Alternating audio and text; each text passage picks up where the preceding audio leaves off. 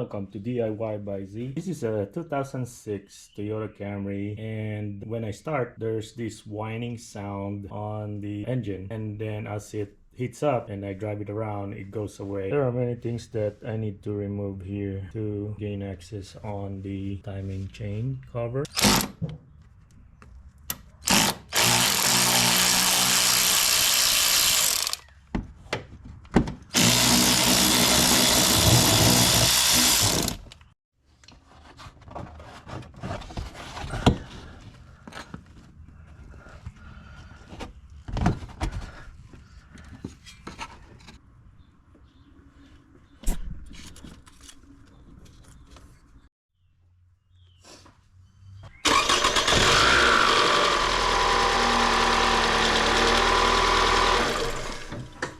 Started it without the accessory belt and the sound still there. This 10mm, these two bolts over here, these are 10mm, the coil on plug.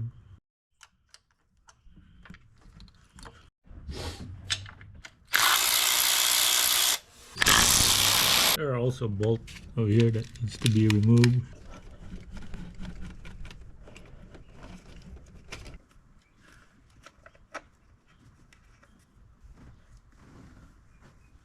I'm using this plastic pry bar to kind of go around and loosen this bulb cover.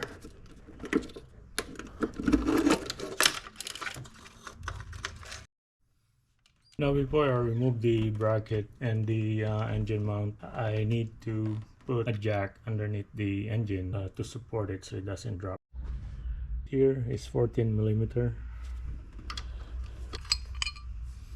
These are also 14mm, and this one right here. There are more bolts here to be removed.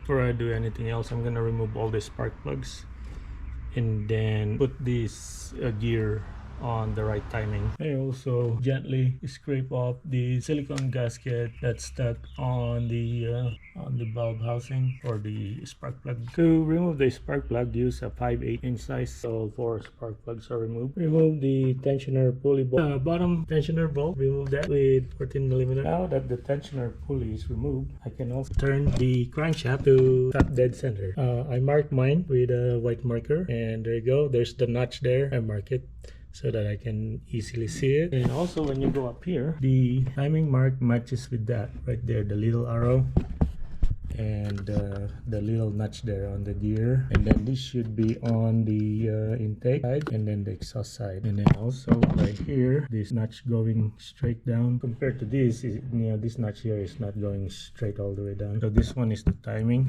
for the side of the cam intake, and then it should line up with that. Just realized for some reason the timing chain, whoever changed the timing chain on this one back probably years ago, they haven't followed the gold link. I just realized that now, because the gold link should be on this gear over here, and then the other gold link should be on that gear. And also because here's the mark, timing mark, here's the intake mark, here's the exhaust mark right here on this side, and then this is the groove here that going here to the chain, and then there's a little timing mark. And also this is on top dead center, and both bulbs are closed because these cam lobes over here are kind of like on the side. So this is how the correct timing should be before I remove this chain. But when I put the new chain, I'm gonna make sure that the gold mark painted mark chain is gonna go in here and in here, and it should be the same at the crankshaft. There should be a mark there. There should be a gold painted chain there that will coincide with the timing mark at the crankshaft. Now remove this bolt over here that's holding the edge. Also remove these two bolts here, one here and then another one at the bottom there. Now raise the engine using a transmission jack or a floor jack to remove this from the mount. Now it's time to remove this. bolt. Now remove these two pulley bolts right here. I already removed one, and then there's another one above it. Remove the crankshaft bolt. To remove this bolt here for the crankshaft position sensor at the bottom of the oil pan, there's 4 bolts that needs to be removed. That little stud there, that needs to be unscrewed, and it needs a female torque. This is what I'm talking about. There are 2 studs on each side of that bottom timing chain cover. If you don't remove these, you're not going to be able to remove the timing chain cover. And you needed a Torx screw. It's E5. That's the size to remove this. And you know, this right here. I'll just attach the Torx screw right there and then turn it counterclockwise.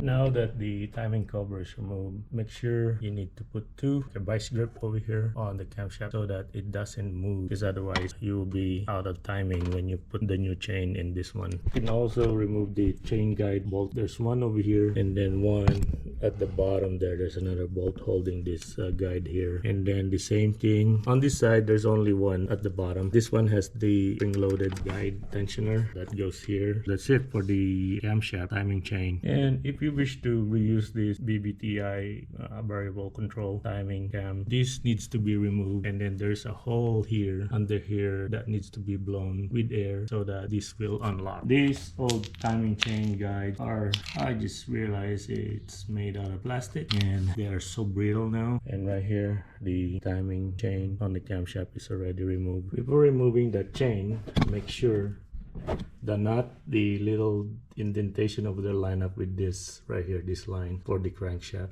And then this timing for the oil pump, make sure it's vertically up. I know that this gold marking over here is not matching up, and for some reason, so I'm just gonna have to, when I replace it, I'll match it up with the gold marking. In case you forgot to remove this, the water pump pulley, the trick is you need to get Allen key like this and then just put it through the hole and then loosen up the bolt. So in order to remove this and replace this gear over here, I need to turn it counterclockwise until this hole over here, the screwdriver can go through and lock that in. Now the screwdriver is through and through. I can now loosen this one up. Now I already removed the nut at the bottom. After tightening this nut for 22 foot-pounds, I'm gonna put this chain guide already. Then I'm gonna turn this, time it to the right timing, which is this notch over here is gonna line up right here on this line here. I'm turning the crankshaft back to its original position clockwise to match the notch here and this line here right there. Now this line here matches up with the notch and the gray colored chain marker. Next thing I'm gonna do is to replace the BBTI intake cam gear, and then this one, the exhaust cam gear.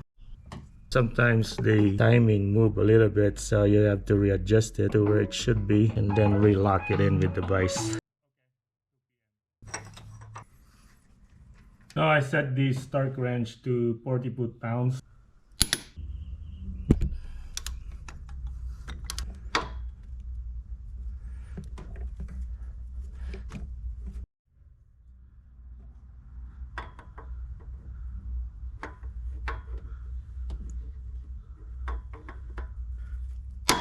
Make sure there's no space in between when this one gets pushed in, and then make sure this line here lines up with the timing marker over there.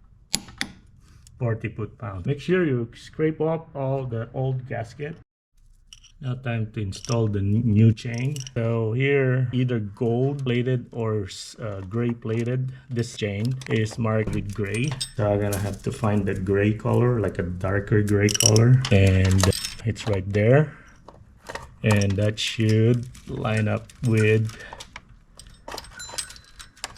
this one here on the timing mark, and it should line up with the other one. Now I'm gonna put the sprocket at the bottom of the crankshaft. This indentation over here should be put in on this marking here, the chain mark, which is like a darker gray, just like that right there.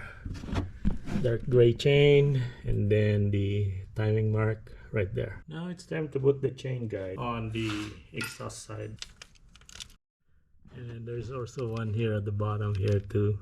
The torque spec on this one here is 14 foot-pounds. This is the chain guide on the intake side of the engine. I installed the crankshaft position plate, and the Mark F should be facing out. I also squirted some oil on the chain guide. In this part here, I already bolted the timing chain cover. These 4 bolts over here, there's one right there and here, and then directly on the other side of this cover, it has 2 other bolts there. And this one are all 32 foot-pounds. That little bolt there, that needs to be torqued for 80 inch-pound. And these 14 millimeter bolts here takes 15 foot-pounds of torque. These 6 over here, there's 2 more bolts here. Those are 15 foot-pounds of torque. Next thing that I need to do is to install this. This is a tensioner for the guide rail of the timing chain. And as you can see, there's a little clip here that holds this tensioner retracted for now. To install this, it has to be like this way. This little notch here should be pointing towards the driver's side, and what it does is once this one is installed and then this will engage, this will get some sort of pressure in there, and then it will kind of retract, and then that clip there falls off, and then it gets extended to hold the chain tight in place. I missed recording it, but when I turned the chain I heard something click, so that means the tensioner is already engaged. The thing I'm gonna do is install the water pump pulley. This pulley has 4 bolts on it. Now I'm going to install the power steering pump. This one has 2 bolts. Install this tensioner pulley for the accessory belt. So I'm going to be installing this new crankshaft seal, and the way how it goes is like this way. That goes over there on the crankshaft. Now the crankshaft rubber seal is on. I'm going to put the crankshaft pulley bolt needs a 125 foot-pounds of torque. Installing this engine mount here, it will be mounted right here. Installing this rubber mount to attach this to the upper part of the engine mount. Now that I installed the engine mount at the bottom, I can now remove the jack underneath the engine. I will have to clean this valve cover, connect the 2 hoses for the power steering fluid. I'm connecting the engine mount. Now I'm connecting the other part, installing this bracket here. Now I'm installing the new gasket. Install the vacuum hoses, install the ground. I have the anti-seize over there. It's anti-seize lubricant. Install the coil and plug. Install the valve plastic cover. Install the accessory serpentine belt. Put some oil depending on the engine specifications. Do some quick inspection before engine start.